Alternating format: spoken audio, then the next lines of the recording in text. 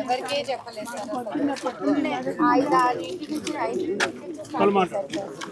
పూల కొట్టడం అనేది 5 నుంచే స్టార్ట్ చేశారు. ఎన్ని ఇండ్లు ఉన్నాయి సార్. 62 ఎకరాల భూమిలో మీరు 1000 మంది స్థానం ఉన్నాం సార్. ఇక్కడ 1000 మంది మొత్తం అయితే 100 గజాలు చొప్పున 1895 మందికి రావాలి సార్. 100 గజాలు చొప్పున అట్లా మేము 1000 మంది ఉన్నాం సార్. మాకు కరెంట్ తీసేసినా కూడా మేము సోలార్లు పెట్టుకొని మేము తలా 10 రూపాయలు వేసుకొని పెద్ద సోలార్ తెచ్చుకొని అక్కడ బోర్డు కలెక్షన్ ఇచ్చుకొని వాటర్ పట్టుకుంటున్నాం. ఆ సోలార్లతో తల 15,000 సోలార్లతో మేము అట్లనే ఉంటున్నాం సార్. కరెంట్ లేకపోయినా కూడా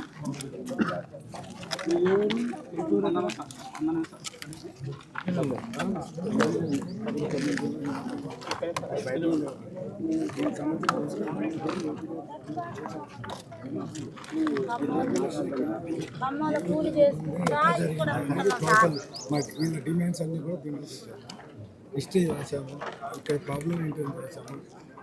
గవర్నమెంట్ ఇన్ని ఆర్డర్స్ అంటే మీకు కూల్చే ముందు ఏ నోటీస్ మాట కూడా చెప్పలేదు సార్.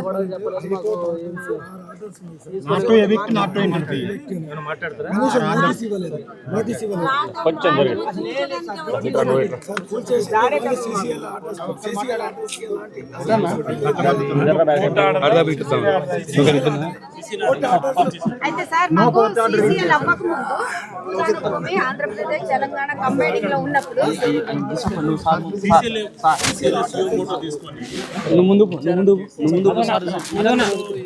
అంటే కాగితాలను చూపిస్తారా?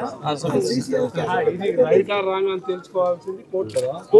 కోర్టు ఏం చెప్పిందంటే వీళ్ళని డిస్టర్బ్ చేయకుండా స్టేటస్లో ఉంచి నిజానిజాలు తేల్చండి అంటే నిజాలు తేల్చేసామని చెప్పి సిఓ మోటో కంప్లైంట్ కూడా లేదు సార్. బిట్వీన్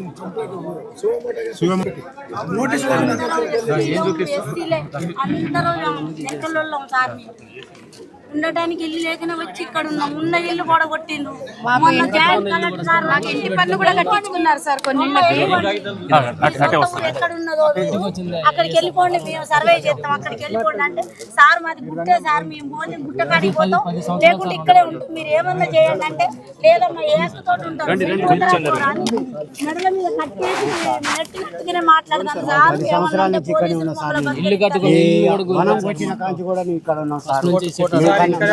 దాదాపు ఇక్కడ ఉన్నదంతా మేము గింత గుడిసెలు వేసుకొని దీపాలు పెట్టుకొని 60 ఇంటి నెంబర్లు ఉన్నాయి.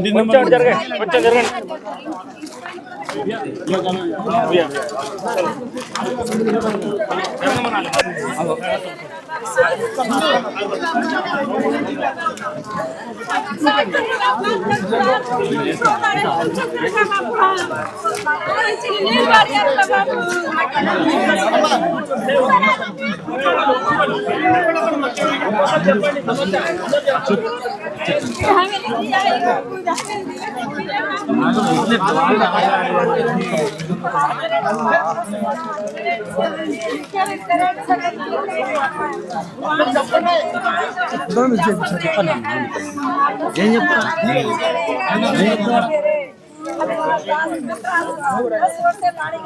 कांग्रेस है ना चाला मौसम पड़ गया सर.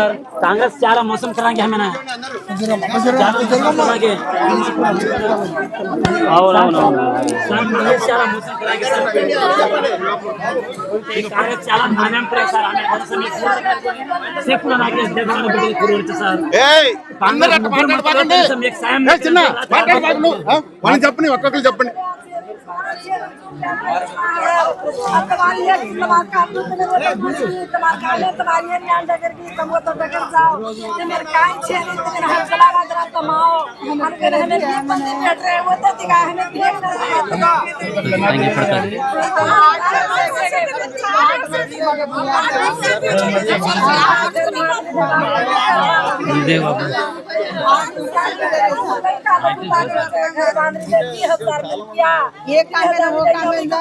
వారొచ్చా సార్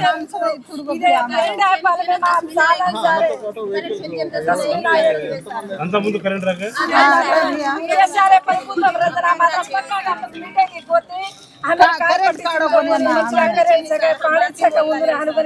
మాట్లాడండి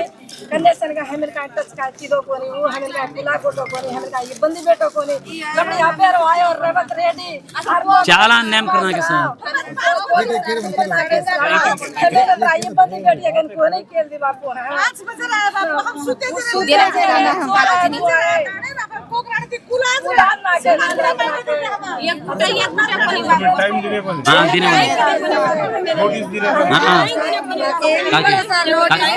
पचास जेसीपी का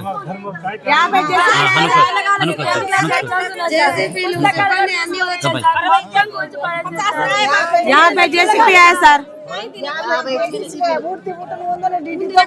చుట్టుముట్టు ఎక్కి దగ్గర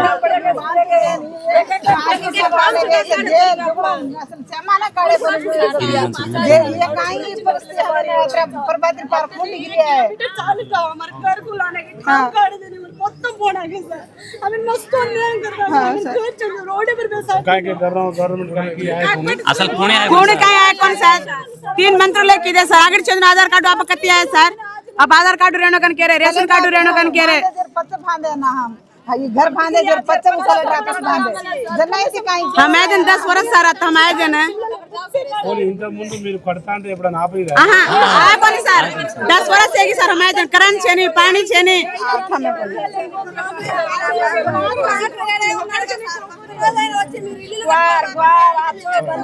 से गरीब बन के बन रहे सर पानी पियन सही पानी కూడా घारे कोनी 3 फुटा दल्या बीजेपी वाला घाले सर हमें 3 फुटा भोजन बीजेपी वाला घाले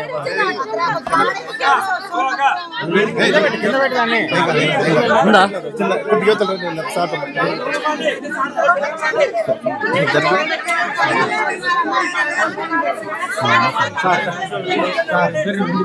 NCST national commission for schedule tribe ప్రోగ్రాంలో భాగంగా ఢిల్లీ నుండి రావడం జరిగింది. ఢిల్లీ నుండి ఖమ్మం జిల్లాలోని రూరల్ మండలాల్లో వెలుగుమట్ల అనే ఏరియా అంటే నియర్ బై కలెక్టర్ ఆఫీస్ ఇక అలా అంటే బాగుంటుంది. ఎంత బాధాకరం అంటే ఇది ఒక గరీబోలు బతకాల్సిన ఏరియా. ఆ రోజు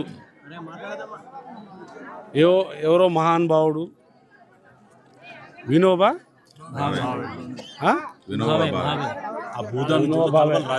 ఆ రోజుల్లో దాదాపు 80,000 కిలోమీటర్ నడిచిన మహానుభావుడు. ఆ మహానుభావుడు వల్ల ఈ భూదాన్ అనే చట్టం రావడం, భూదాన్ భూమి నిరుపేద గరీబోలకి అవసరాలకి అనుగుణంగా ఎవరా మధ్యతరగతి కన్నా దిగువలో ఉన్న వాళ్ళకి ఇవ్వాలని ఇక్కడ ఉన్న డబ్బున్న సంపన్నులు ఉండొచ్చు, భూమి ఎక్కున్న జాగీర్దారులు ఉండొచ్చు, వాళ్ళ దగ్గర నుండి భూములు దగ్గర చేసుకొని ఆ రోజు ఈ భూదాన్ చట్టం పెట్టి ప్రజలకు పంచాలనే ఉద్దేశం. యాక్చువల్లీ భూదాన్ అంటేనే గరీబులకు ఇవ్వాలని, సంపన్నులకి ఇవ్వాలని లేదు. అందులో గవర్నమెంట్ స్కూల్లో కాలేజీలో బిల్డింగ్లు కట్టుకోవాలి అని ఈ చట్టంలో లేదు. ఈ చట్టం యొక్క ముఖ్య ఉద్దేశం గరీబులకి, నిరుపేద కుటుంబాలు గూడు లేని వాళ్ళకి గూడు కల్పించే యొక్క లక్ష్యం. స్వాతంత్రం వచ్చి దాదాపు 78 సంవత్సరాలు కావస్తుంది. భూదాన్ భూములు గట్నే ఉన్నాయి. భూదాన్ భూములు అసలైన గరీబులకు ఇవ్వాల్సినది పోయి మొత్తం కబ్జాల పాలై ఆగమవుతుంది. ఉదాహరణకి ఈ ఖమ్మం జిల్లా వెలుగుమట్లనే దాదాపు 62 ఎకరాలు ఉండాలని రికార్డు చూపిస్తుంది. ఇక్కడ ఉన్న నిరుపేద గరీబోళ్ళు, ఇక్కడ ఉన్న గవర్నమెంటు, గత గవర్నమెంటు, ఈ గవర్నమెంట్ దాదాపు గవర్నమెంట్లు మారుతున్నా ఇక్కడి భూములు అలాగే ఉండడం, వాళ్ళకు దిక్కు తోచగా ఏం చేయాలో అర్థం కాక గరీబోళ్ళు చేసుకోయి గవర్నమెంట్ చేయలేనప్పుడు చిన్నగా వాళ్ళకు అవకాశం బట్టి ఈడ చిన్న గుడిసెలు కట్టుకున్నారు. వాళ్ళకి చేతనైనా 70 గజాలు, 100 గజాలు, 60 గజాలు వీలుని బట్టి ఆడ ఉన్న పరిస్థితులను బట్టి కట్టుకోవడం జరిగింది. అది మొదటిగా వాళ్ళు కట్టుకునేది తప్పు అయినా ఇవ్వాల్సిన బాధ్యత గవర్నమెంట్ది. మరి నిద్రపోయిరా? మీరు ఇయ్యలేనప్పుడు ఏం చేస్తారు? ఎక్కడ బతుకుతారు? ఎలా బతకాలే? పిల్లలు చిన్నగా ఒకనాడు జనాభా సంఖ్య ఎంత, ఇలా జనాభా సంఖ్య ఎంత పెరిగింది చూడండి. దాదాపు 20 సంవత్సరాల క్రితం దాదాపు 100 జనాభా దాటలేదన్నారు. ఇలా ప్రపంచంలో నంబర్ 1 స్థానంలో ఇండియా వెళ్ళింది. అంటే రోజు జనాభా పెరుగుతూనే అనుగుణంగా వాళ్ళకు ఫెసిలిటీస్ కలిగించాల్సిన గవర్నమెంట్ ఇట్లాంటి భూదాన్ భూములు ఎటాకు మీ భూములు ఏమని అంటలేరు. సంపన్నుల భూములు ఎవరైనా గుంజిచ్చే చట్టమే లేదు. ఆనాడు పీటీ చట్టం ఉన్నా దాని నిర్లక్ష్యం కింద పోయింది. భూదాన్ భూములు నిర్లక్ష్యం కింద పోయింది. బాధాకరమైన విషయం ఏంటంటే దాదాపు 10-12 సంవత్సరాల నుండి ఇక్కడ ఉన్న గరీబోళ్ళు గుడిసెలు వేసుకొని ఉన్నారు. దాని తర్వాత చిన్నగా రోజువారీ కూలీలు చేసి పావులో పరకో వచ్చిన దాంతో చిన్నో పెద్దో ఇల్లు కట్టుకుంటా చేతనైనోడు 3 లక్షలది 4 లక్షలు 5 లక్షలు 10 లక్షలు పెట్టి అప్పుల పాలు చేసి ఆ వడ్డీలు తెచ్చుకొని బయట నుండి రుణాలైనా తెచ్చుకొని ఇల్లులు కట్టుకున్నారు. దానికి మీరు అన్ని ఆసరాలు ఇచ్చి దాన్ని రెగ్యులరైజేషన్ చేయాలని చట్టమే ఉంది. వాస్తవానికి 12 సంవత్సరాలు కనుక దాటి ఉంటే నిరుపేద కుటుంబాలు బతుకుతే వాళ్ళకు గవర్నమెంట్ భూమి ఉండని ప్రైవేట్ భూమి ఉండని అవసరమైతే కొనివ్వాలే. ఇందులో మరీ ఎస్సీ ఎస్టీకి అయితే పక్కా ఇల్లు పక్కా భూములు దానికి చట్టమే లేదు. నిరుపేద కుటుంబాలు ఎస్సీ ఎస్టీ బిడ్డలైతే ఖచ్చితంగా వాడు రోడ్డు మీద ఇల్లు లేదంటే గత గవర్నమెంట్ టీఆర్ఎస్ గవర్నమెంట్ చెప్పింది నిరుపేద కుటుంబాలకు 3 ఎకరాలు ఇస్తా అన్నాడు. 3 ఎకరాలు ఇస్తా అన్నాడు. చెప్పడానికి ఉత్త గాలి మాటలు చెప్పి గెలిచినా చేయలేకపోయిండు. గతంలో దీన్ని కూల్చాలని ట్రై కూడా చేసిరంట 2 సార్లు. కానీ ఇక్కడున్న ప్రజల పరిస్థితి వీళ్ళ ఒత్తిడిని తట్టుకోలేక వెనుదిరిగిరని చెప్తున్నారు. కోర్టు నుండి దాదాపు ఆర్డర్స్ కూడా ఉన్నాయి. హైకోర్టు నుండి ఆర్డర్స్ కూడా ఉన్నాయి. డు నాట్ డిస్టర్బ్, దీన్ని ఏది ముట్టుకోవద్దు చేయొద్దని కోర్టు ఆర్డర్లు కూడా ఇక్కడ ఉన్నాయి. అరే కోర్టు గీటు పక్క పెట్టు బాస్. ఇప్పుడున్న గవర్నమెంటు సాక్షాత్తు ఇక్కడ 3 మంత్రులు ఉంటారు. ఈ జిల్లాలో ఖమ్మం జిల్లాలో 3 మంత్రులు ఉన్నారని చెప్తున్నారు. మరి 3 మంత్రులు కూతదూరు పక్కన ఇంటి పక్కన చుట్టుపక్క పొలాలు వాళ్ళే అంటున్నారు. మరి నాకు తెలియదు. ఇక్కడ ఉన్న నిరుపేద ప్రజలు చుట్టుపక్క మేధావులు చెప్తున్నారు. చుట్టుపక్క భూములు వచ్చినాయి. పక్కనే 1/2 కిలోమీటర్లో కలెక్టర్ ఆఫీస్ వచ్చింది. ఈ కలెక్టర్ ఆఫీసే మా పార్టీలో శాపమైందని అంటున్నారు. ఆ రోజు కలెక్టర్ ఆఫీస్ రాకపోతే ఇక్కడ భూముల రేట్లు పెరగకపోవు.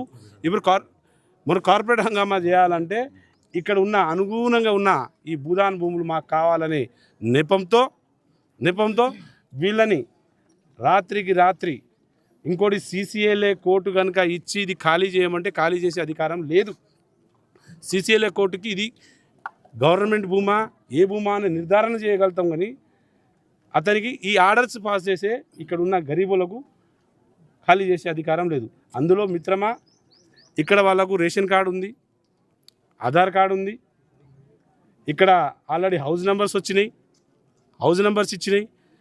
ఒక్కటి కాదు, ఇది గుట్టెక్కడానికి ఈ దొరలకు ఇంట్లో పడుకొని లేచే చేతకాక ఒక డ్రైవర్ కాదు 2 డ్రైవర్లు వేసుకొని డబుల్ డ్రైవర్లు వేసుకొని ఇక్కడ పైకి ఎక్కి ఓట్లు అడిగిరు.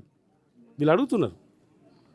ఈ గుట్టెక్కాలంటే వీళ్ళకు ఏసీలలో తిరిగే దొరలు కాబట్టి ఇక్కడున్న రాజకీయ నాయకులు ఇలా తిరిగిరని కూడా వాళ్ళు చెప్తున్నారు.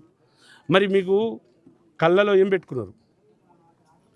వీళ్ళు డబ్బున్నోళ్ళు అనుకున్నారా, గరీబోళ్ళు అనుకున్నారా? హైదరాబాద్ చుట్టూ అయిపోయింది. ఇప్పుడు ఖమ్మం అంత వచ్చింది. ఆ రోజు ఆడ హైడ్రా అని చెప్పి డ్రామా ఆడి ఆడ కథం పట్టించారు. నిరుపేద కుటుంబాలను కథం పట్టించారు. పక్కన మూసి అని చెప్పేసి మూసి గరీబోళ్ళని ఆలం కట్టం పట్టిస్తారు. ఇవాళ దేశంలో ఈ రాష్ట్రంలో ఎక్కడ భూమి రేటు లేకుండా ఆగం పట్టించిన ఈ గవర్నమెంట్ ఈ ప్రభుత్వానికి పక్కా ఇల్లు కట్టిస్తా, ఇందిరామ రాజ్యం వచ్చింది, ఇందిరామ ఇల్లు వచ్చినాయి, ఇందిరామ బొమ్మ వచ్చింది. ఏదిరా భయ్? ఏమొచ్చింది? ఎక్కడొచ్చింది? ఎవరికి ఇచ్చినావు? దాదాపు 700 ఇల్లు కూల్చి 700 కుటుంబాలను రోడ్ల మీద పరిచి నువ్వు రాజాలా ఎంజాయ్ చేస్తున్నావే. మీ 3 మంత్రులు ఏడ నిద్రపోయిరా అంటున్నా నేను. నిరుపేద కుటుంబాలు కనిపించట్లేవా అంటున్నా ఈ తెలంగాణ సమాజానికి తెలంగాణ ప్రజలకు మేము అడుగుతున్నది. ఈ కమిషన్ ద్వారా మేము మాట్లాడుతున్నది ఏంటంటే ఇక్కడ ప్రజలు వినాలే, ప్రజలు అర్థం చేసుకోవాలి. దోపిడీదారులు ఎవరు, దొంగలు ఎవరు, మాటకారెవరు, కబ్జాకోరెవడు, ముందు హైడ్రా పంపిస్తారు, వెనకాల నుండి వీళ్ళిపోతారు. హైడ్రా అనేటువంటి డ్రామా, ఆ డ్రామాని ముందు వచ్చి వాడిని బెదిరించి తర్వాత వెనకాల పోయి సార్లు గుంజుకోవడం ప్రయత్నాలు చేస్తారు. ఆఖరికి ఖమ్మం వరకు వచ్చేసి చూడండి. ఎంత బాధాకరమైన విషయం అంటే 700 కుటుంబాలను రోడ్ల మీద పడేస్తే చిన్న చిన్న పిల్లలు ఉన్నారు, నిరుపేద కుటుంబాలు ఉన్నాయి, ఆల్మవాళ్ళు లేరు, తాతలు మనవాళ్ళని పెంచుకునే పెద్దవాళ్ళు ముసలి వాళ్ళు ఉంటారు. వాళ్ళు చూసుకుంటే బాధాకరం. వాళ్ళ జీవితంలో 5-10 లక్షలు పెట్టి ఇన్ని సంవత్సరాలు కష్టపడితే కన్నా డబ్బులు రాలే, ఆ కట్టలేకపోయారు. ఇప్పుడు ఆ డబ్బులు ఎక్కడి నుండి వస్తాయి? వాళ్ళ జీవితాలకి సెక్యూరిటీ అది. నువ్వు ఇందిరమ్మ ఇల్లు ఇస్తా అంటావు. ఇప్పుడు మళ్ళీ ఏమన్నా అంటే దేవులాడి అందరికి అరువులైన దేవులాడి ఇందిరమ్మ ఇల్లు ఇస్తావు. యాడిస్తారు అయ్యా? ఇంతమంది ఊళ్ళలో ఉన్న ఇన్ని సంవత్సరాలు అని అడుగుతావా? ఎంత బాధాకరం ఏంటంటే కమిషన్ ద్వారా దాదాపు ఇక్కడ మాకు సుమోటోకల్ కంప్లైంట్ తీసుకోవడం జరిగింది. ఆ తర్వాత ఇక్కడ నిరుపేద ఎస్టీ బిడ్డలు మాకు కంప్లైంట్ చేయడం జరిగింది. ఇక్కడ ఉన్న గరీబులకు ఇలా అన్యాయం జరిగింది, ఇబ్బంది పడుతున్నామని చెప్తున్నారు. మిత్రమా, ఈ గవర్నమెంట్కి చిత్తశుద్ధి ఉన్నా, ఇక్కడ ఉన్న నాయకులకు బుద్ధి సిగ్గు శరం ఉన్నా, మీకు ఏమాత్రం సిగ్గు శరం ఉంటే, నిరుపేద కుటుంబాలు బతకాలనుకుంటే మీకు 100,000 ఎకరాలు వద్దు అని ఆ రోజు డబ్బున్న వాళ్ళు, సంపన్నులు, భూమున్నోళ్ళు, పెద్ద మనుషులు ఆ రోజు భూదాని కోసం భూములు ఇచ్చినాయి. ఈ భూములు మీరు దొబ్బుకొని తినడానికి ఏం ప్లాన్ చేస్తున్నారు? ఈడ ఉన్న వాళ్ళని రెగ్యులరేషన్ చేయడానికి నీకేమైంది? నీకు వచ్చిన నొప్పింది? ఈడ వచ్చిన రెగ్యులరేషన్ ఉన్న భూమి ఉన్న కాడ ఉండేటట్టు చేయడానికి నీకు భూదాన్ భూములు అనేదే గరీబోనికి ఇవ్వడానికి. భూదాన్ భూములు గరీబోనికి ఇవ్వాల్సింది పోయి నువ్వు ఇప్పుడు గుంజుకోవడంలో అర్థమైంది. ఇది కమిషన్కి మీరు చెప్పాల్సిన ఆన్సర్ ఎట్టాగా ఉందండి. ఖచ్చితంగా మిత్రమా, మీకు ఖచ్చితంగా ఇక్కడ నుండి గల్లీ నుండి ఢిల్లీకి ఇక్కడున్న అధికారులను నన్ను లాగుతా. ఖచ్చితంగా వీళ్ళకు ఇక్కడే ఇల్లు కట్టాలి, తక్షణమే వీళ్ళకి కావాల్సిన ఇక్కడే ఫెసిలిటీస్ కల్పించాలి. అలాగే భూదాన్ భూమి, ఈ రాష్ట్రంలో ఉన్న భూదాన్ భూములు ఎక్కడికి పోయినాయో అన్నీ వెలుగుదీస్తా. ఈ దాదాపు 62 ఎకరాలు అన్నారు, 30 ఎకరాలు వీళ్ళు కట్టుకున్నా అన్నారు. మిగతా భూమి ఆడుందో దేవులాడాలి. ఈ మొత్తం ఇక్కడ ఉన్న అధికారులకు, జిల్లా కలెక్టర్లకు ఆదేశాలు ఇవ్వడం జరుగుతుంది. ఇక్కడ సీసీఎల్ఏ రెవెన్యూ డిపార్ట్మెంట్కి కూడా ఆదేశాలు ఇవ్వడం. తక్షణమే వీళ్ళకు వారం రోజుల్లో రిపోర్ట్స్ సబ్మిట్ చేసి వారం తర్వాత ఢిల్లీ బయలుదేరి రావాలని కోరుకుంటున్నాను. Thank you. వీళ్ళు నిజమైన పేదలు కాదు, వీళ్ళు పేడ్ ఆర్టిస్టులు అని చెప్పేసి మంత్రులు మాట్లాడతాం.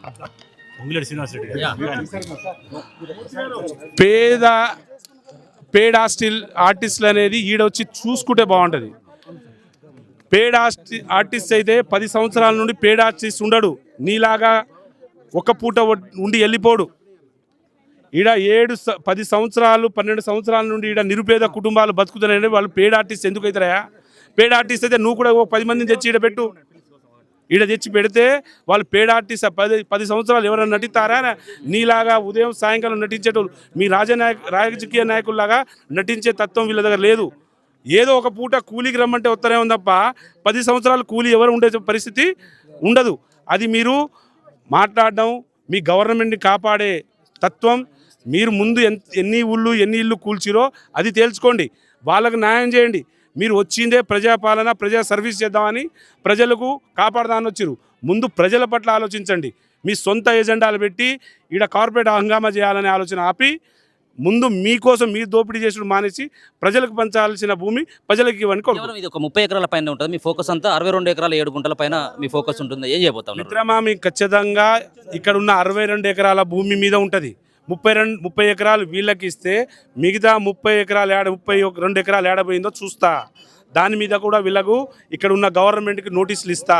ఆ నోటీస్ ఇక్కడ ఉన్న 62 ఎకరాలే కాదు, ఈ రాష్ట్రంలో భూదాన్ భూములు ఎక్కడెక్కడ ఉన్నాయి, ఎప్పుడు ఏ స్థితిలో ఎంతమందికి పంచిరు, ఏం చేసిరు, ఇంకెంత మిగిలిందో అవి కూడా వెలుగుదీస్తా.